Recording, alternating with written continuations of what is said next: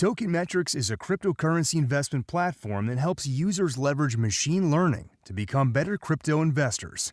Our in-depth analysis helps eliminate the emotions of investing, find profitable investment opportunities, and filters out scams. Learn more at tokenmetrics.com.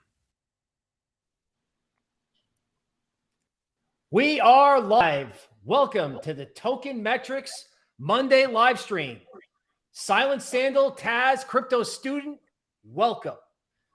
Not a moment too soon to bring two of your friendly neighborhood crypto analysts to you to help you after this sort of debacle over the weekend. So if you need to make money in crypto and you need a roadmap in crypto, or you're just wrecked and need help, then like and subscribe to this channel. Like and subscribe to tokenmetrics.com, where we have what? Real analysts. And there's nothing like volatility to drive demand for real analysts. Speaking of real analysts, I'm joined by my colleague, Forrest. Sir, welcome to the stream. Hey, Bill. In case you were wondering, no, I'm not looking down playing Candy Crush. I'm actually on the live stream here on my phone, and I'm hitting the share button. Of course, I liked the stream first, but I'm sharing this out on Twitter, and we'd be so appreciative if you guys do the same. But now that I've shared that, let me just jump into the agenda here today. Tokenmetrics live stream. Can ETH flip Bitcoin? We think so, and we've thought that for a long time. This is not the first content we have put out on ETH potentially flipping Bitcoin. It just so happens that there's a trend going on right now that makes it possible sooner than we originally thought.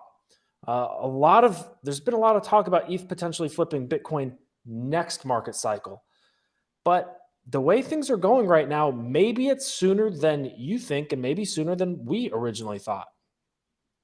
Subscribe today at tokenmetrics.com if you have not already. If you already are a customer, thank you so much. And if you want to interact with this live stream, go to www.menti.com and use the code 7537-5895. 7537-5895 is the Menti code. You can find it in the description below. All right, so the agenda today is the market update with Bill. I'm going to talk about ETH Bitcoin. We're going to do a little crypto showdown, and then we're going to wrap it up with altcoin overtime and maybe answer a couple questions at the end of the live stream. So as I mentioned, if you want to interact with this live stream for crypto showdown and put in some questions for the Q&A session, if we get to the Q&A session, then use the code 7537-5895 at menti.com. And with that, let's jump over to Bill with the market update. All right, people. Here comes market update. Flip it. That's right. Flip it. Not this market cycle, the end of the market cycle. The climactic end, or the climactic blow off top, I should say. So let's talk about how ETH can flip Bitcoin. Our CEO, Ian Bellina, said this on CNBC a while back, not that long ago. And me and Forrest have got the case for ETH to flip Bitcoin. Now, let's first by talking about legacy and stocks. On Friday, sort of just in time, I got out a warning about stocks and Bitcoin, right? They made this thing called the Wyckoff topping formation, which is essentially sideways to higher, down, and then down in English, right? S&P futures, ES1, are following this almost to the T. Keep in mind, on Friday, the inflation numbers are out. So the market is going to get a look at an inflation number that could be between 6 and 7%. And if it's worse than you think, the Fed is going to be on the warpath on inflation. I think the Fed is a bigger risk to markets, equities, and Bitcoin than the virus is. That's sort of my weekend conclusion. Now, let's jump over to Ark Investments. Ark is a company run by Cathie Woods. She's essentially a famous speculator, okay, particularly in, stocks like Tesla and software companies. She's famous. Some people like her, some people don't, but it's hard to argue with ETFs that go from 40 to 180. Now, ARK W, which is the next generation fund ETF that they have, holds 8% Bitcoin. They hold it through GBTC.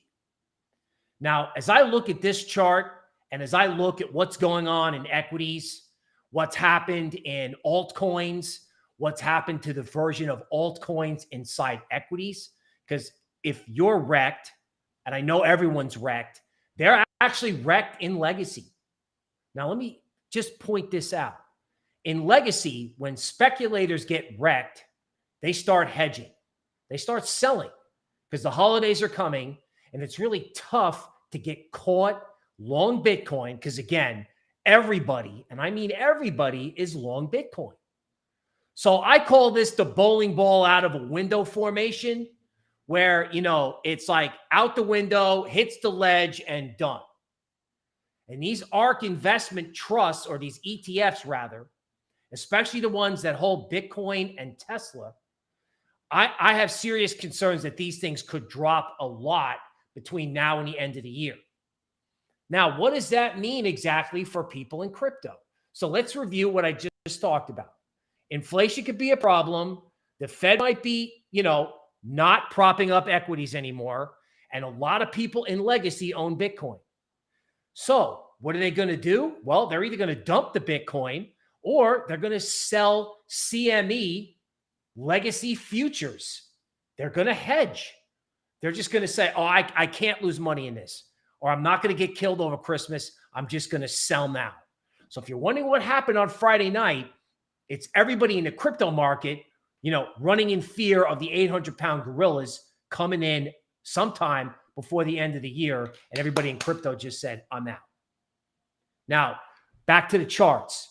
So at 49K back in May, when we had sell in May and go away, there was a big down move. It paused around 49.50, and then it just fell apart. Now, in crypto, maybe it holds and goes up to 52. I don't know. But this, to me, looks like a repeat of what happened in May in Bitcoin. Okay, now keep in mind, that's relevant because Bitcoin is an over-owned asset. In other words, if everyone's doing the same thing, frequently it's wrong. Now, this comes from tokenmetrics.com, our sponsor. It's the visual trends indicator that will give you buy and sell signals, okay, based on a variety of things from technical analysis to things out of a finance textbook. Now, in the past, when you've had a sell signal in Bitcoin, when you got that sell signal in May, and then Bitcoin actually followed through.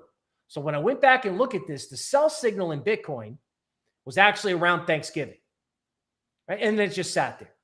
But then obviously it followed through. So what am I telling you? This is more evidence that Bitcoin is acting the way it did back in May. Now, Wyckoff, we were talking about this in equities, right? It's kind of like down, sideways, down, down. Okay, on the Wyckoff chart, it's called phase E. Feel free to get into the weeds if you want to on this. Wyckoff worked back in May.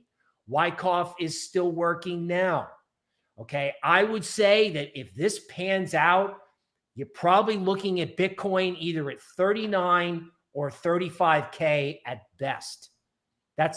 Frankly, that's the good scenario for Bitcoin, given all these other pressure points in the market.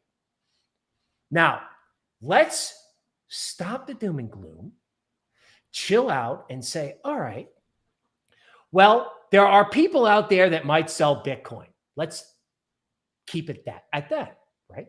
Now, there's also a chart that, frankly, is incredible. It shows a head and shoulders bottom in the relationship between Ethereum and Bitcoin. And as I'm sure you've noticed, as Bitcoin fell apart, ETH basically hung around 4K. Yeah, there was a wick down, but ETH came straight back. And if you look at the ETH chart, you can't even really notice that there was a down move. So we've been talking about this till I'm just out of breath for all year long, that ETH versus Bitcoin is going to break out. Well, now ETH versus Bitcoin has not only broken out on a daily basis, but it's also, I think, breaking out on a weekly basis, which could trigger this huge up move in the relationship between ETH and Bitcoin. Now, don't go anywhere. Hit like and subscribe because you want to be here when Forrest gives you the numbers of what can happen if Bitcoin goes down and then ETH goes up, or in whatever order it happens. So I'm painting a picture of Bitcoin down, ETH up, and Forrest will actually give you more in-depth scenario analysis. But my work shows Bitcoin down, ETH up.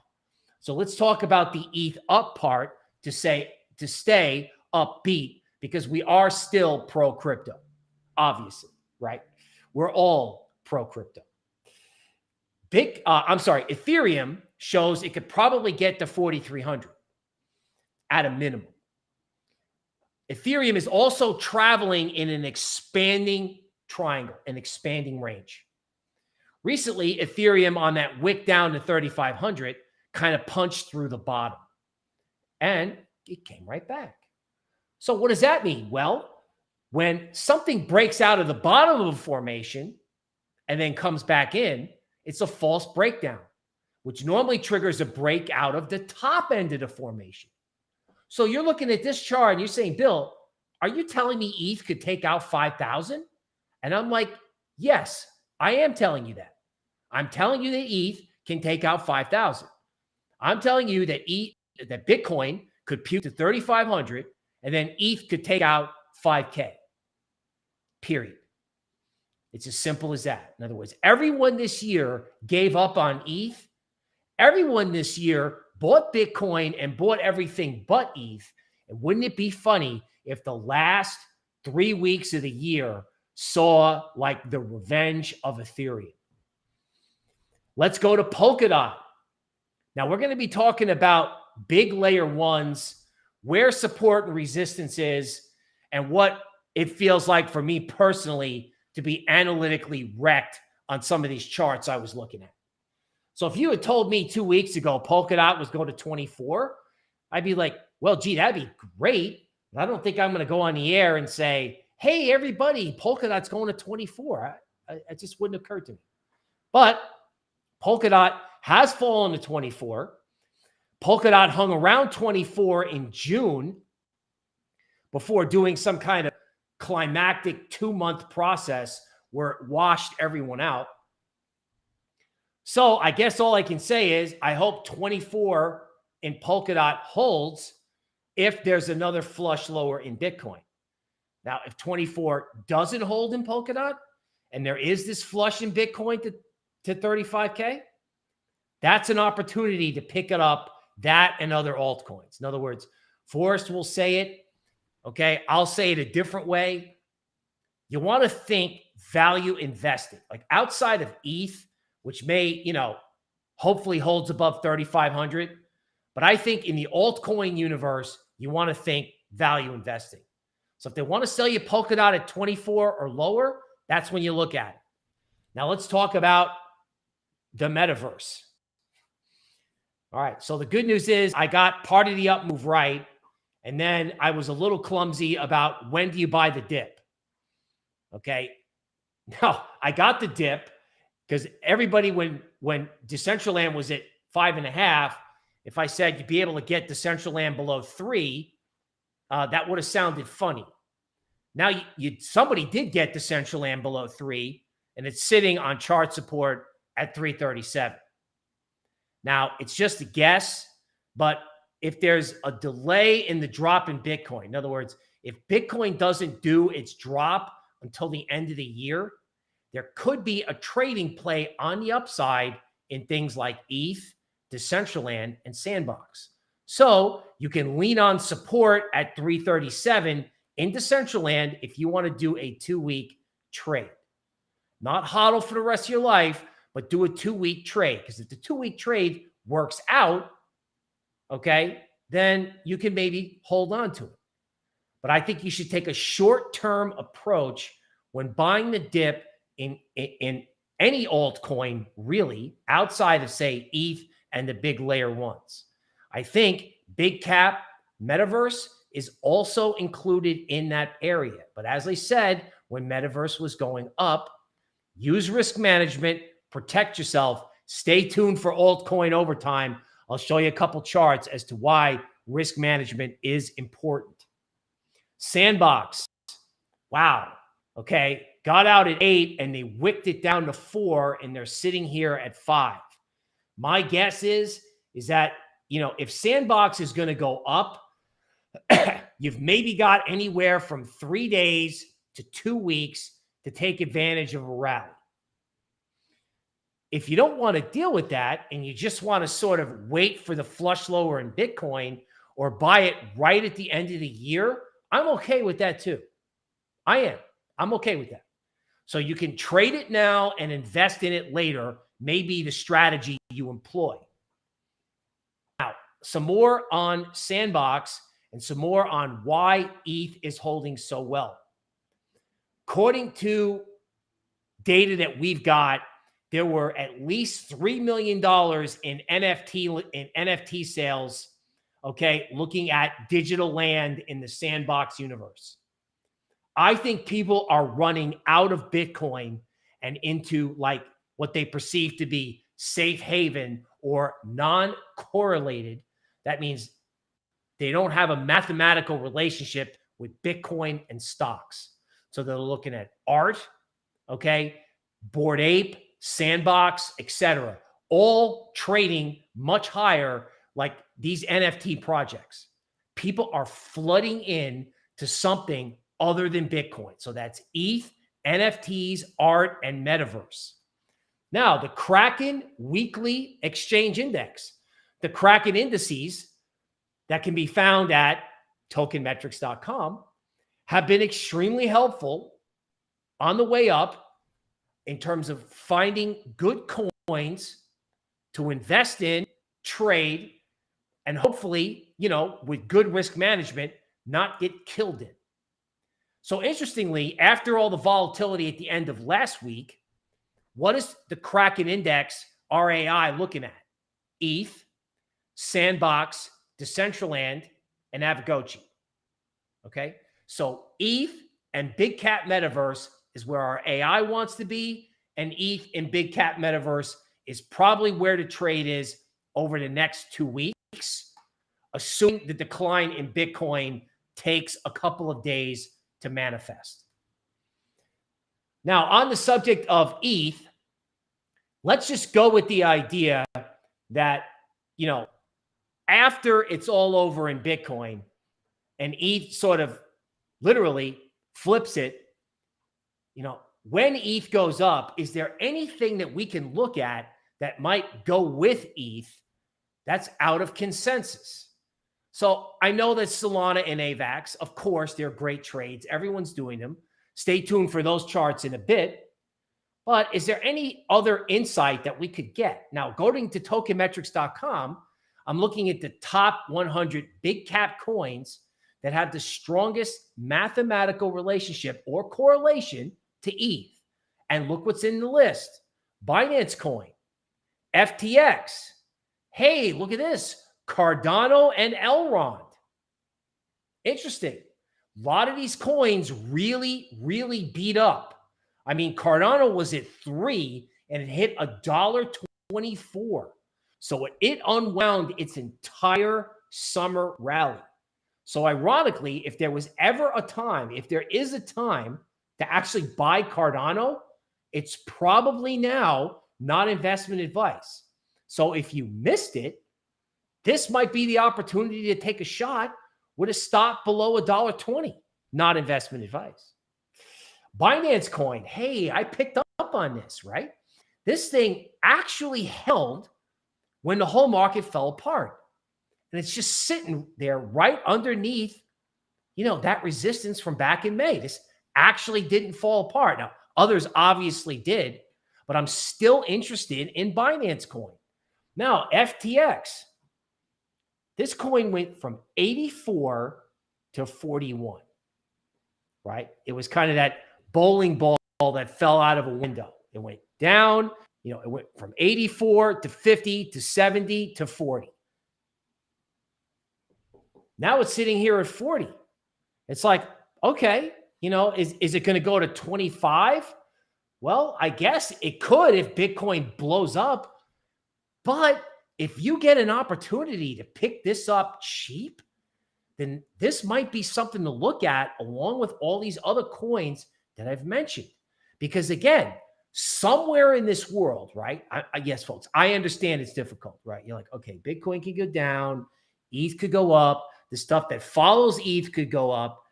Yes, right? In other words, you could be at a moment in crypto history, and I want to use tokenmetrics.com to give you some of the best strategic ideas that I can.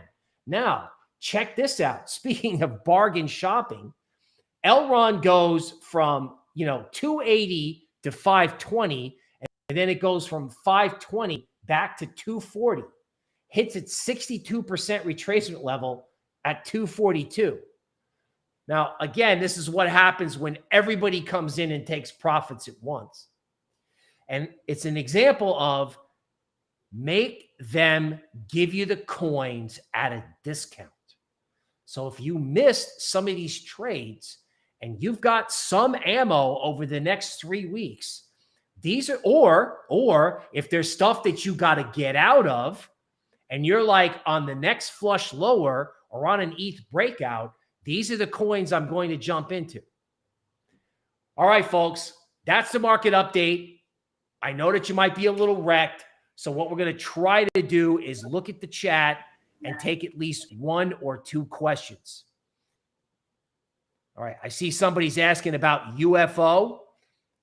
Let me see if I can pick up UFO and see what's going on there.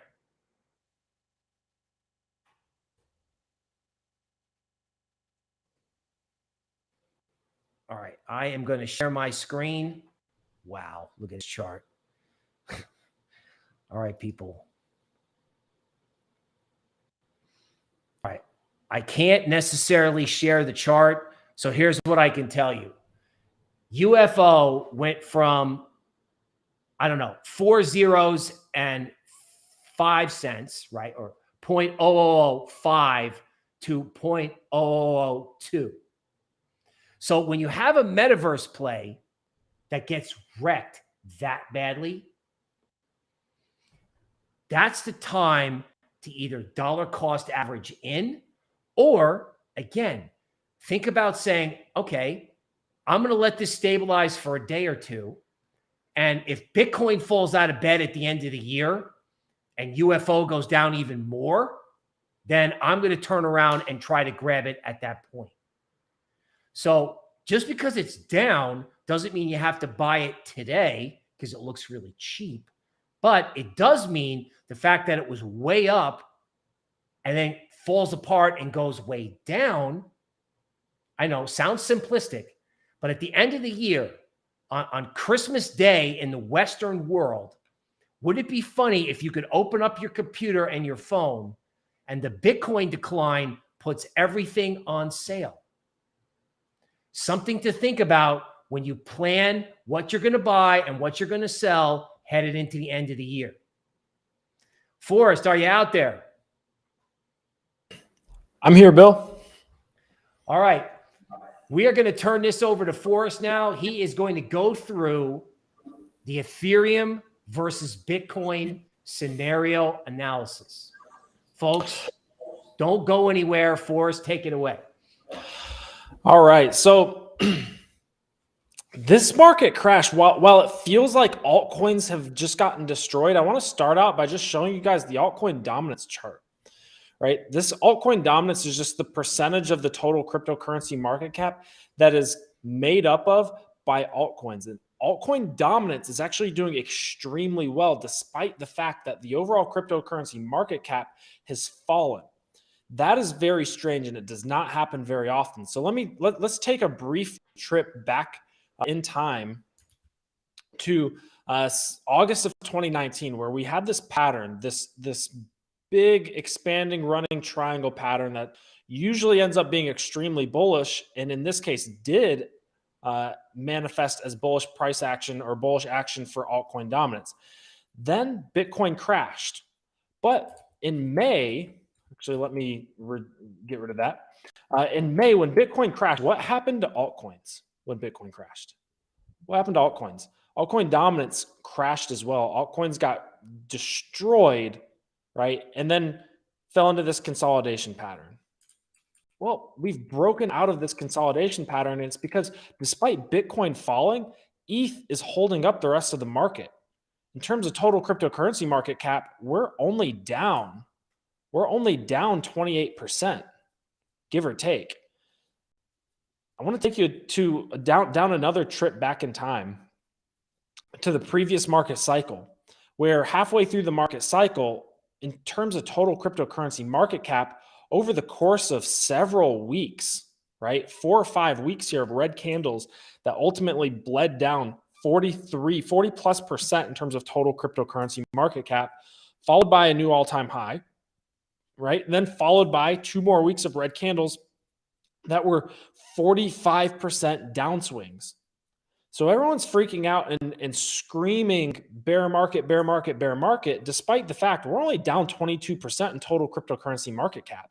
And the reason we're only down 22% is because ETH, which makes up a large portion of market cap, of the total cryptocurrency market cap, has actually held on extremely well, right?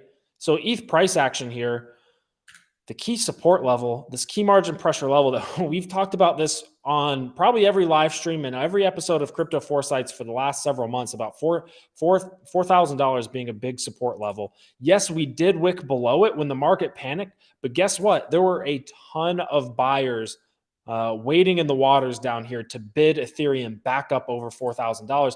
We didn't even come close to closing a daily or a weekly candle below $4,000 here.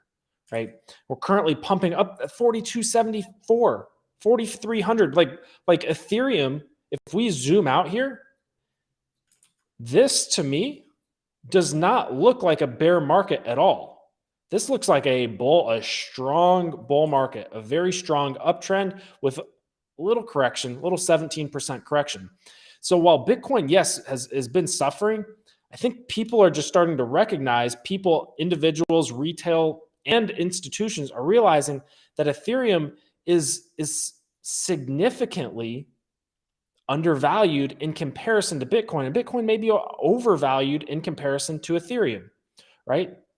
So what does that actually mean in terms of ETH versus Bitcoin? Well, we're looking at ETH Bitcoin. That is the price of Ethereum in terms of Bitcoin, meaning this ratio, if you look off to the side here, is 0.086. That just means that one Ethereum is worth 8.6% of one Bitcoin in terms of price. Now, if you'll humor me, we'll go to CoinGecko because it's just the easiest, fastest way to show the total cryptocurrency market cap, or not the total cryptocurrency market cap, but the market cap of Ethereum is $504 billion, while Bitcoin's is $927 billion. So that's roughly $423 billion apart. And that may seem like a large gap to close until you actually start to look at the charts and realize it's not a large gap to close. Bitcoin or Ethereum only has to 2x in value before it flips Bitcoin. And it only has to outperform Bitcoin by roughly 84% for it to flip Bitcoin. Right? And I'll show you how that works out on the chart here. This top line, which I'm about to make bright green, signals the point at which Ethereum flips Bitcoin, right? So if one ETH becomes worth 16% or 15.9% of one Bitcoin, ETH flips Bitcoin. ETH flips Bitcoin at 0.159.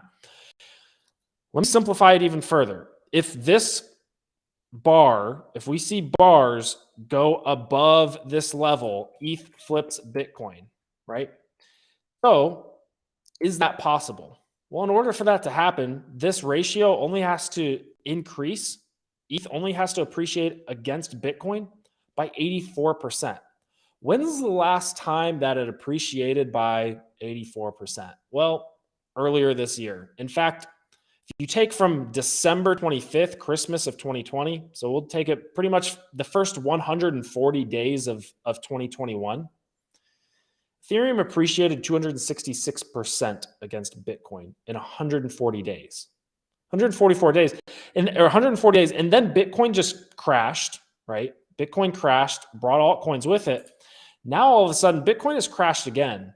But instead of bringing ETH with it, instead of bringing the rest of the market with it, yeah, it's brought altcoins with it for the most part, but it hasn't brought ETH with it. ETH has actually been holding strong, causing the ETH Bitcoin ratio to break out higher, right? This last little leg since October 19th, in the last 49 days, the last 7 weeks, in the last 7 weeks, Ethereum's appreciated against Bitcoin 45%. Yet, people want to tell me that ETH can't flip Bitcoin, not in your wildest dreams. No, that's just, ETH could absolutely move 80%. If we take it from right where we're at right now, it's 84% against Bitcoin is all it takes for ETH to flip Bitcoin. And you might be thinking, well, ETH would have to 2x. Not necessarily. ETH doesn't actually have to 2x to flip Bitcoin. If Bitcoin continues to crash and ETH just holds strong, ETH can flip Bitcoin that way as well, right? Let me show you the numbers. I'm going to zoom in here onto this table that I created. And this table, zoom back out just a little bit. This table shows you the price Ethereum has to be at to flip Bitcoin. And I'm actually going to hide this middle one because it just confuses people a little bit. This is the price that Ethereum would have to be at to flip Bitcoin at a corresponding Bitcoin price scenario. So let's just bear with me here. Let's take a trip down this scenario model. If Bitcoin crashes to 30K, and people are going to be like, well, Bitcoin can't crash to 30K. Well, let me just make that argument right now that it absolutely can. And I'm not trying to be super bearish here. I've got tons of TA here, right? So we look at the Bitcoin chart. Look at all this support at 30K. If Bitcoin continues to spew off, where's it going to find support? Probably around 30K. There's actually a very key margin pressure level at 34K. A little bonus nugget there for you guys. 34K is actually pretty strong support for Bitcoin. But if Bitcoin comes down to 30K, what price does Ethereum have to get to in order to flip Bitcoin? $4,778, like $4,800, which Ethereum wouldn't even have to make a new all-time high to flip Bitcoin. Ethereum could flip Bitcoin if Bitcoin just crashes to 30K and ETH holds strong and goes to $4,800. Right now, let's take it the next step up. Well, what if Bitcoin comes down to $40,000? Well, ETH only has to get to $6,371. As we've done the research on ETH this market cycle, and we've got research supporting the idea that ETH can go to $8,000 to $12,000, right? And if the rest of the market if Bitcoin wants to crash and the market just decides that they don't care what Bitcoin's doing, we're still going to hold our ETH because it just seems so valuable and the supply is just decreasing, right? With Ethereum 2.0 coming on, the net issuance is going to drop. EIP 1559 is already causing a supply crunch, a net issuance decrease of roughly 80%, 60 to 80% in the net issuance of Ethereum. So if the supply of ETH is just dwindling or barely inflationary, why would you sell your ETH, right? Why would you sell your ETH? Not to mention just the additional utility that Ethereum has. Not only does it have the better deflationary tokenomics that make it a better store of value than Bitcoin, you can actually do more with it. You can get involved with NFTs. You can get involved in DeFi. You can lock it up and stake it and earn yield that way, right? So there's much more incentive to hold ETH than there is to hold Bitcoin, in my opinion. I know a lot of Bitcoin maxis are going to get mad at me, but that's just the truth. And that's what we've been talking about on this channel for a very long time, right? All year long, we've been talking about ETH, right? Even when the market started getting dicey, we're like, ETH, spot ETH. If you're when in doubt, spot ETH. We did like an entire live stream about if you're nervous spot ETH is the place to be, right? Because the supply and the tokenomics and utility are so good. Now, let's just say Bitcoin hangs out around 50K, which is roughly where it's at right now. ETH would have to go to $8,000 to flip it. $8,000 for ETH is at this point, it feels programmed. It feels programmed for ETH to do a little less than a 2x to go to 8K. Bitcoin just holds steady at 50K. All of a sudden, ETH's flipped Bitcoin, right? Bitcoin reclaimed 60K. ETH only has to go to 10,000, not even 10,000, right? We've done the analysis to show that ETH can actually go to 12K. ETH can go to 12K, right? So if Bitcoin recovered to $70,000 and made a new all-time high, that would be extremely bullish. Where's everyone going to hop in? Probably ETH. And ETH could go to 11,149 and flip Bitcoin. So the numbers for ETH to flip Bitcoin, all it takes is people recognizing that just because Bitcoin goes down doesn't mean you have to sell your ETH, right? And we're seeing on the ETH charts, right? We're seeing that when people sell off their ETH, there's people waiting down here to buy it back. This wick just went straight back up, right? So there's anything to kind of take from this is one, if you're not sure where to be, I think ETH is ETH and other big layer ones, but predominantly ETH is a really good spot to be, right? It's kind of like your underground bunker in an apocalypse, right? Is it going to take some shrapnel? Sure, right? ETH could absolutely fall. Maybe it falls to 3,400. I'll tell you right now, I'm a big buyer of 3,400, right? If ETH falls to 3,400, I'm buying, right? We've got support continued all the way down to 2,600 and 2,500 if Bitcoin really takes a hit and tries to drag the rest of the market with it. But I don't want to sell my ETH, and I don't think a lot of other people want to bail on ETH.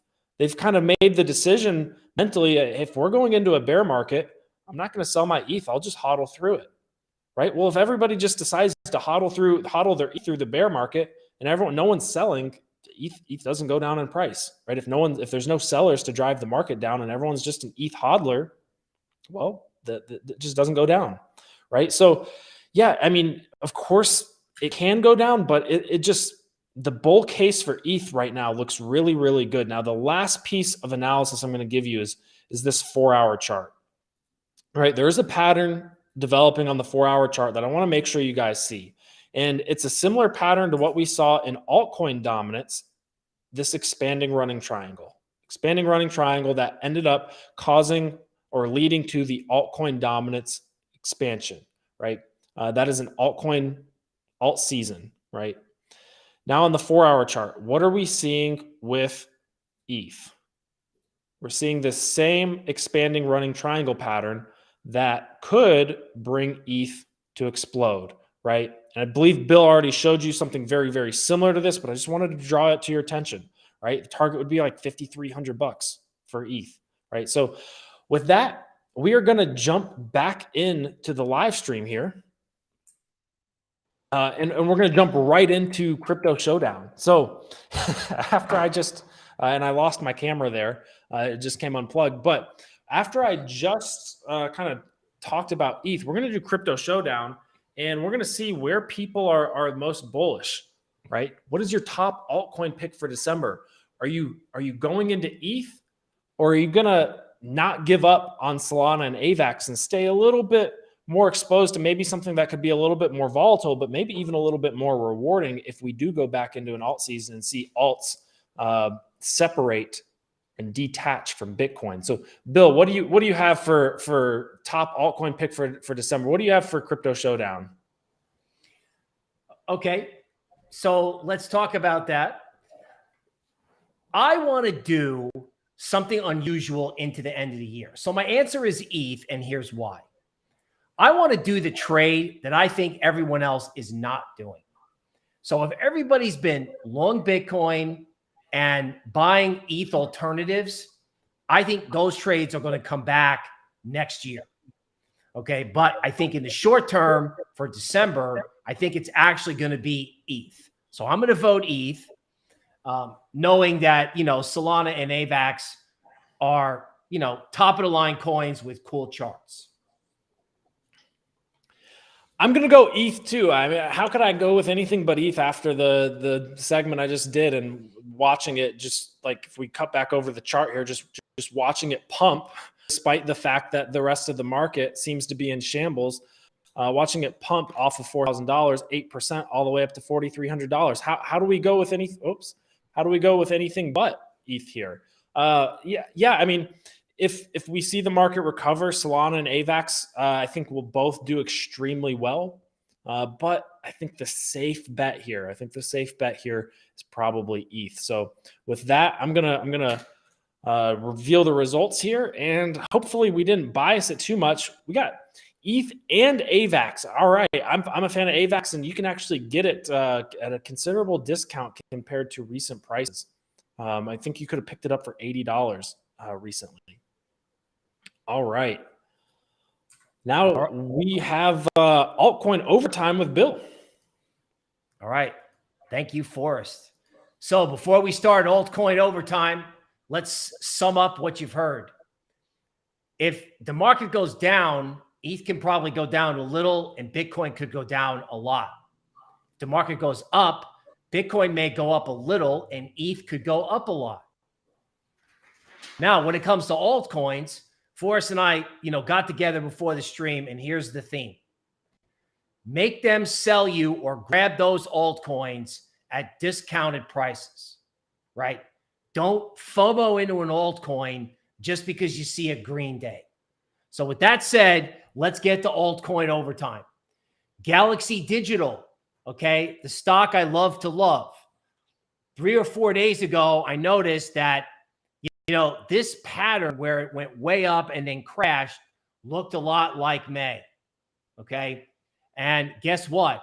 That actually was accurate. The Galaxy stock actually sounded the alarm bell. So is Galaxy stock done going down? I hope so.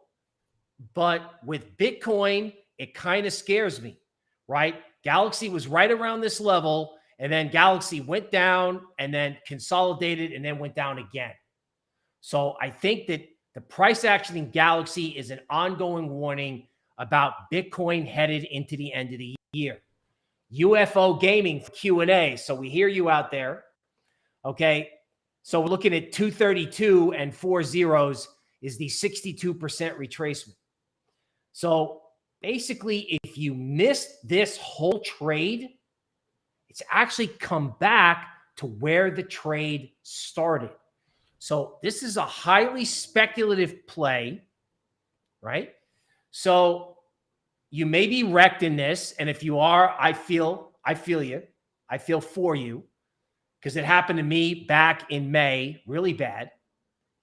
But the larger point is, if you think you want to build a portfolio of stuff like this, you've got any capital or you've got altcoins that you want to rotate out of, this thing holds the level where it's currently at. It could really, really do well. It's not shocking to see altcoins be stable. So if they want to sell it to you cheap, take it. Okay, Aave, somebody complaining or not complaining, somebody talking about, oh my God, I can't believe how wrecked I am in this blue chip altcoin. Now, here's the reality of DeFi or DeFi 1.0. I think, or we think, the value that's created from both DeFi, NFTs, and the Metaverse is all that value is being sucked up into the layer ones, right? So even blue chip coins like Uniswap, Aave, Synthetics, even stuff that we liked like Perp, right? Perp's not totally destroyed, but a lot of these coins have lost sponsorship. That's a legacy term. They've lost sponsorship. Where's the bid? There's nothing but sellers. And where are the buyers? Well, the buyers are buying the layer ones. So I know it's really unfortunate that people were like, oh, I want to own blue chips. But kind of the 2021 pain trade has been layer ones, not only catching everybody off guard when they went up, like Solana, but now these layer ones may be sucking up all the value from the activity on their platforms. VeChain, oh, God, right? Looked like a breakout was going to happen at 17 cents. Support was at 10. and they flushed it out to 8. All I can say is I really hope 8 cents holds. To me, that looks like discount shopping in VeChain. But, if you had told me at 17 cents that a month later it would have been at 8, I don't think I would have agreed with you. So I don't want to be bullish at 17 cents and bearish at 8. I know, not funny. All right. But when it comes to quality in altcoins, be selective in your shopping and be cognizant of the fact that there could be one more down move this year. That could be where you grab ETH. That could be where you grab altcoins. Most important thing to know in the coin that you care about is where is good support. Right now in VeChain, it's either at 8 cents or 4 cents. So if they want to give it to you cheap, make sure you know what the chart point is so you can navigate it accordingly. Okay, SHIB. Actually, a little bit nauseating that, SHIB held up relatively well versus everything else. Okay, the 62% retracement is at 37.05. That's with 4 zeros. So SHIB is not doing anything great, but honestly, it's not doing anything terrible either relative to everything else. That said, please be aware of tax loss selling into the end of the year in these meme coins. Kind of everyone's forgotten about Doge. Some people ask about SHIB. A lot of people may have bought this coin at the top. And there may be incentives for people to take losses in these coins at the end of the year. Something you had to be careful of in Bitcoin and crypto in both 2018 and 2019. Okay, there were big down moves or notable down moves in December because people just go, I'm done. Okay, I'm taking the tax loss and I'll see you next year. Okay, Chili's. Some shocking price action in some of these NFT marketplace coins, mainly I think because people have flooded into NFTs themselves, fearing declines in stocks and Bitcoin, right? Art is not normally correlated to, say, stocks, right? So if stocks go down, art will hold its value. Now that you would think that it'd be good for NFT marketplace coins, but it's probably better for the NFTs themselves, at least at the moment. So you have Chili's getting wiped out, and I would think that this coin would be good if it could get back above, say, 36 or 37 cents. So I don't know that you want to be catching the falling knife, okay, unless they're offering it to you at just such a discount, it's unbelievable, right? In this particular coin, I'd actually wait for the recovery before getting involved. People asking about ACH, so hopefully you're still with us. We do hear you in the comments. Okay, ACH at 0.06, 6 cents. All right, that's where the most recent decline stopped. And again, with this, you have to ask yourself, this had a nice narrative. It was connected to QNT at the start of the year. Is this an example of a coin that had a story or had a blip, and then it ran out of gas because all the value went somewhere else, right? The value of payments, DeFi, all of that seems to have gone to, say, Olympus, right? Or DeFi on Avalanche. So these narratives for a lot of these Coinbase altcoins, they got eaten up by other plays. Okay, Audius, something very near and dear to our heart. It's traded in a range between $1.80 and $3. Support was at 176, and currently they're making it really difficult, okay, by pushing Audius below support. So, if you're in Audius for the next 5 years, or you want to pick up additional Audius, they've sort of discounted it substantially by taking it from $3 to $1.75. Now, one point that we may have to acknowledge regarding coins like Audius is that Audius may join the list of altcoins where the value of all the cool things that's done on it is captured by things like Avalanche, Solana, and ETH. But certainly over time, we continue to think Audius is a unique play. Just right now, it's trading below support on a chart. Speaking of below support, getting a lot of questions about perp. Now, just to sort of back everybody up for a second, in the last decline, perp went to 3 and then went to 25. Is that going to repeat itself? Probably not, right? Perp is below support at 14. Perp can recover and has recovered in down markets. Most likely, perp is something that you've either got to hodl long-term because you believe in this theme about decentralized derivatives, right? Or you've got to stake it and continue to just build up those high rewards as trading fees get paid to stakers. So, not investment advice, but I don't know that perp is the quick money upside play. It's not the 5x play anymore. It's more like a defensive way to pick up yield, okay, and have some sort of option on future upside. Because in perp versus DYDX, it looks like perp may have the better value proposition from what I can tell on Twitter. Okay. The bottom line is perp is below support. So we don't hate it, but clearly, if you're expecting a 5x out of this, you need to rethink your strategy into the end of the year. Now, let's get to something that's, seems like a little clearer on charts. So this is Avalanche, right? You've been probably sitting there going, gee, are we ever going to get to Avalanche and Solana? Yes, getting to it right now. So Avalanche and Solana, please hit the like button if you like Avalanche and Solana. Last week, I drew 125. I said I thought it was going to go to 150. And I said if it went down, it might go to 75. Now, I draw these things on charts, but I really didn't think Avalanche was going to go to 75. I saw the Bitcoin thing and I draw these things on charts. And this is something that happens in crypto. And you're not the only one. Or who knows? Maybe I'm the only one. I don't know. But I draw these things on charts and then I call this up and go, oh my God, AVAX went to 76. It actually went down there. So AVAX is kind of hanging around 90. There's room for it to go to 125 again.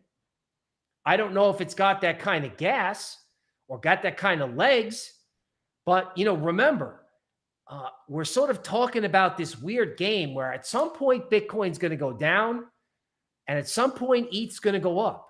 That's how that flippening, as they say on YouTube, occurs. Now, I'm just guessing that if ETH, during the ETH takeoff period, Avalanche is going to follow along.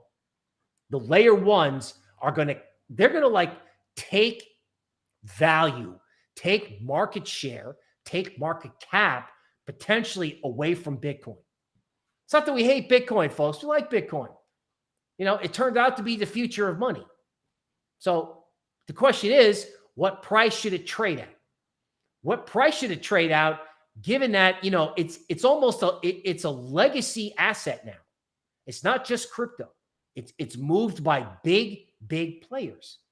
Now, Avalanche, on the other hand, is not. Avalanche is something that sort of like the hardcore crypto crowd totally understands, gets, which means Avalanche may have bottomed at 76 and may take off for 150. Because remember, Avalanche has also shown a propensity for going up when the market was either sideways or down. So if you feel like you missed out on Avalanche, use a stop. If they want to give it to you cheaper than 75, great. But obviously, this is like a discounted sale and something that's clearly got a future. Now, it's a little bit more complicated, but Solana. So we were talking about Solana and venture capitalists having big bags that they had to sell. And then I decided that venture capitalists weren't going to sell and Solana was going to go to 280. And then Solana went down and went to 180. Now, the good news is that's support.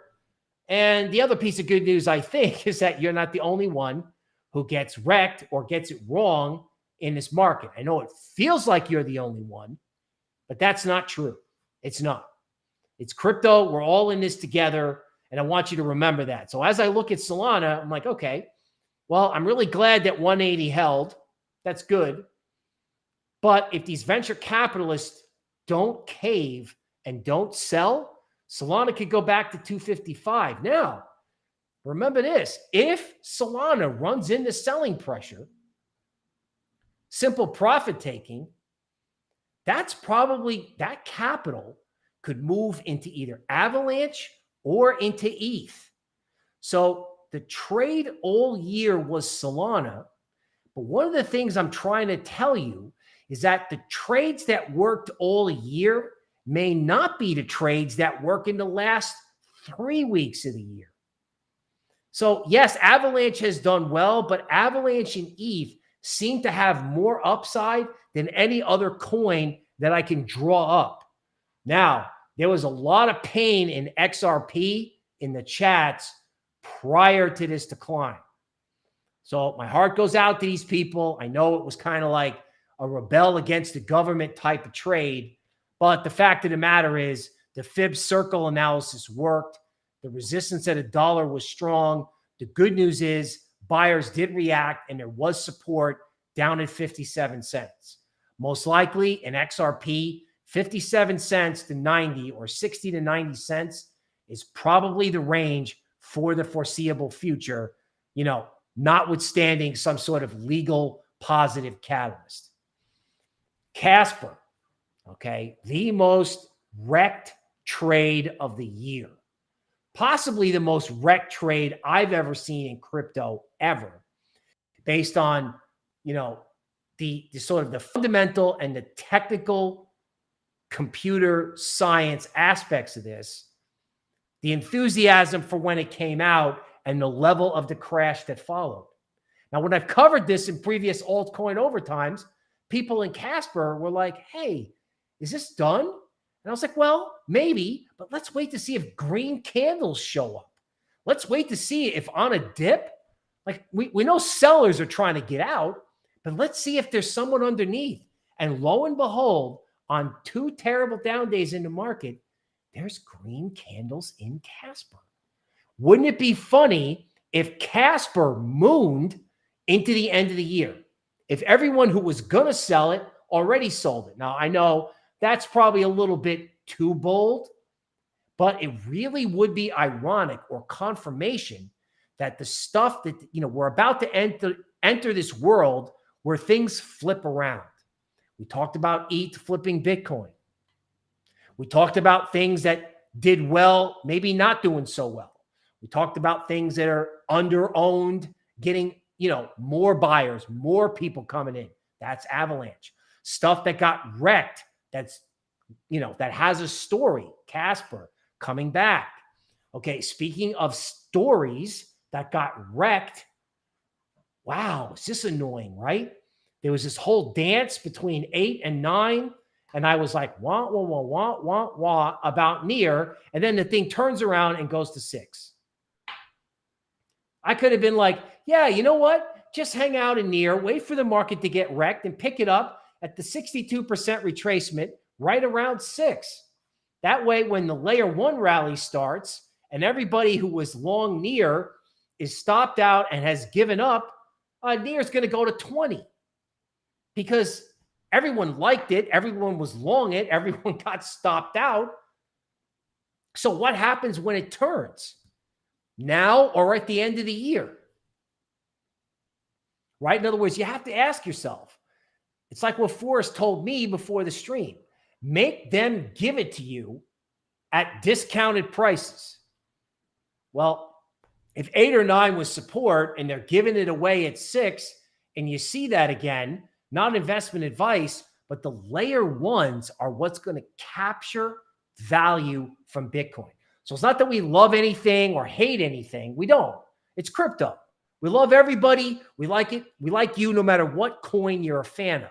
But the question is, where is the value going to get transferred to in a weird environment where the Fed, the virus, and risk assets could really be volatile on a day-to-day basis, headed into a holiday period where nobody wants to be annoyed.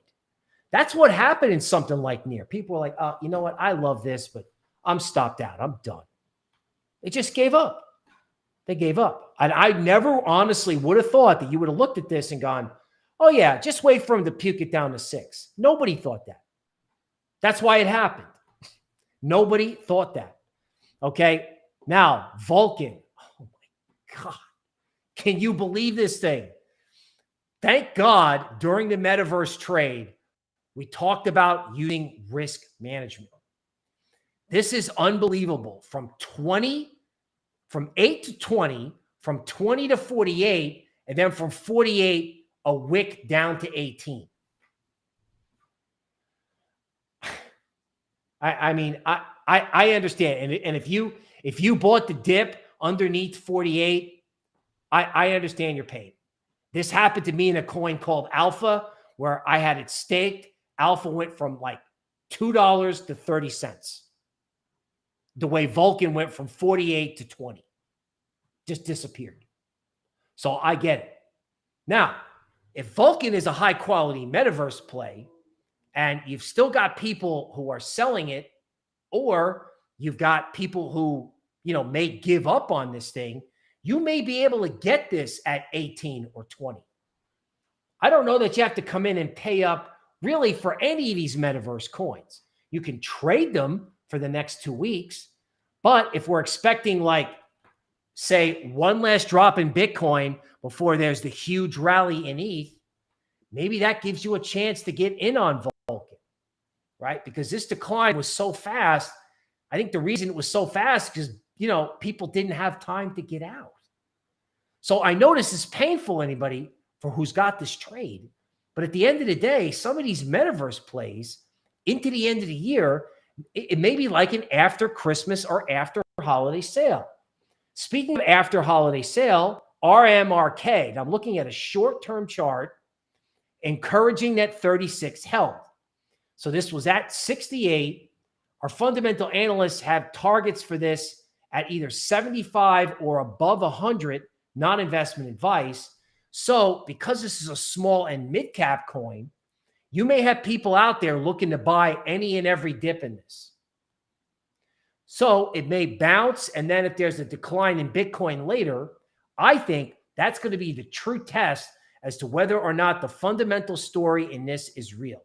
In other words, I mean, I know it's real. I know the guy who did it. I saw the analysis, and so did our premium customers. So let me just clarify that. But the case for this coin, if the market believes it, the low will probably be in now. And if Bitcoin falls apart again, or if there's a decline in stocks and RMRK doesn't fall below 36, then it's on in this coin. Now, if it does fall below 36, it might go to 28. All right. And if you're looking to pick up stuff, or you still got capital, or you're looking to move things from one place to the other, those are some scenarios. So let me repeat that. So if the market believes this coin's for real, okay, it probably won't make a new low below 36 on a drop in Bitcoin. So if it does, well, then you may be able to pick it up at 28. Either way, the market is going to tell you when and if this fundamental metaverse narrative is ready to take off. I also think you should be using this coin as like your metaverse bellwether. I think this is like the Galaxy Digital of the metaverse. This and Sandbox, right? So you watch what happens here. You trade the metaverse off how this coin behaves. It's your new bellwether. Illuvium. God. Thought this thing was breaking out above 1,700, and it comes back to a prior ceiling around 1,265. Could this go all the way down to 1,000? Yeah, it could. But I don't want to be the guy that was like, hey, let's grab it at 1,600 and be the guy that says, okay, now let's sell it at 1,200. I think when it comes to stuff like this, you want to say, all right, so maybe I bought it at the wrong price, but where is the point where I either want to buy more Or where is the point where I'm going to stop out and come back in 30 days? Right? This seems to be high quality. But that said, in our AI and our indices, I'm seeing Sandbox and Decentraland more than I'm seeing Illuvium. So that doesn't mean anything right now because it's on good support around 1265. Bottom line is between 1265 and 1009 is a zone where if you've got the capital, you want to look at this coin.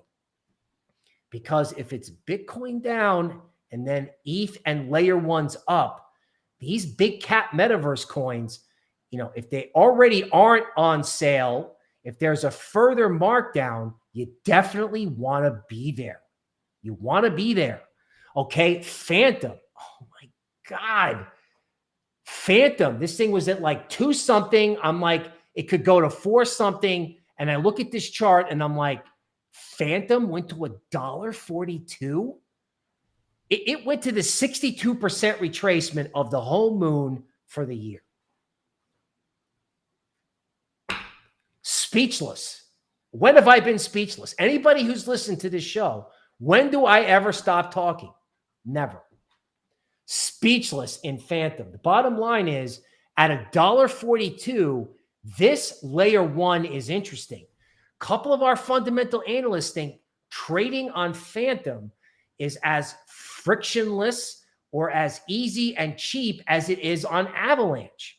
Isn't it funny how Phantom and Near, 2 layer ones that people like, got absolutely pushed out of the bus? They got pushed out of the car while it was moving. So if they want to give you Phantom at $1.42, or if they wick it down below that on any drop in Bitcoin, I just got to think if you're building a layer one portfolio for a January rally in crypto, I got to think Phantom is included in that group.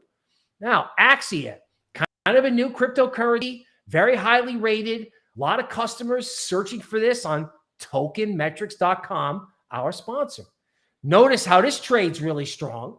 Okay. It didn't get anywhere near support during the bear market, during the bear move in Bitcoin. Okay. The level I can draw on the upside is $4.35. So as long as this coin, holds its value, maintains its ranking on the Token Metrics website, which I would encourage you to, sign up for, because there is a low cost plan that allows you to see the rankings. So check out where Axia is ranked, but it's not an accident that a coin that our AI liked never moved during the decline. Matic. Interesting that we're talking about ETH going up, and interesting that every dip in Matic, a layer 2 solution for ETH, can't stay down on the dip. Now, as I said last week, is this the sexiest coin? No, but it held its value in a debacle and may want to go to 3 if ETH takes off.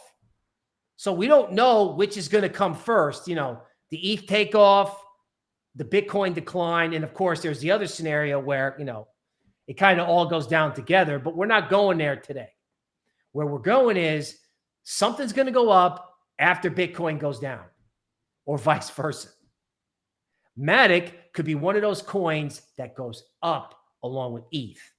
Now, KDA, sort of an unbelievable pain trade from 0 to 28. So the bulls missed it.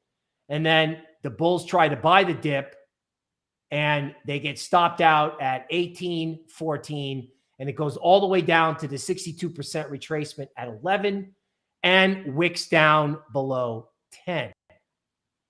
Now, if this is what the fundamental analysts think it is, I think it should hold 10, right? So I know I just said for all the other altcoins, feel free to pick it up if they're giving it away. So I guess if KDA goes down to 8, you can feel free to grab some. But I'm wondering about people taking profits in this since it went from 0 to 28. So yes, this could definitely be a buy on the dip. It could definitely be in your layer one portfolio. It's just, I think in this case, I would wait for this to have green candles and to prove itself before jumping in. Because from 0 to 28, things can go from 28 to 4 or 6. That's where the rally started from. Okay, Gala. I know there's somebody out there going, God, is he ever going to talk about Gala? Yes, here it is. Okay, 60 cents was like the big level. It broke through. Okay, it smashed back under it, retested 60, and then failed. Sucks. Support I'm showing at 31 cents. So again, this is a classic case. If they're willing to give it to you, take it at a discount. Take it where they're giving it away. Now, let's say the bottom's in. Let's be optimistic for a minute.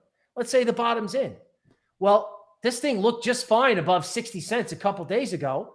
And if a bunch of green candles come in, then, the metaverse narrative is not going anywhere. So you can get involved on the way up. So you can either take it at a discount or jump in when it recovers. Because if the market recovers, you are smart enough to know. You are. And if you need any guidance, you want to like and subscribe to this YouTube channel so you get alerts about when we're going to be on the air. Cube. I thought Cube was interesting at 19. Okay, Mr. Market said, okay, well, if you like it at 19, let's take it down to 13 to just check it. Unbelievable. Okay, somebody was willing to buy this thing at 14. So I know it's a 4-hour chart. So a week from now, month from now, this will be different. Okay. Question is, did you get totally wrecked in this? Yes, it went down, but it's still inside of the range it's been making. So if you're a tokenmetrics.com subscriber, I'm really interested to see where Cube shakes out in the event there's another rally. In other words, does it push back to the top of the rankings? Because RAI does like this go up and go sideways thing. So you don't have to worry about necessarily buying the top. The downside is for your head is that this chopping around stuff drives people nuts. And frequently when people give up, like how many charts have we talked about giving up? Phantom, near. Sometimes when people give up is when you should be grabbing it if it's a good coin trading in a range. Cube could be an example of that. And that is altcoin overtime.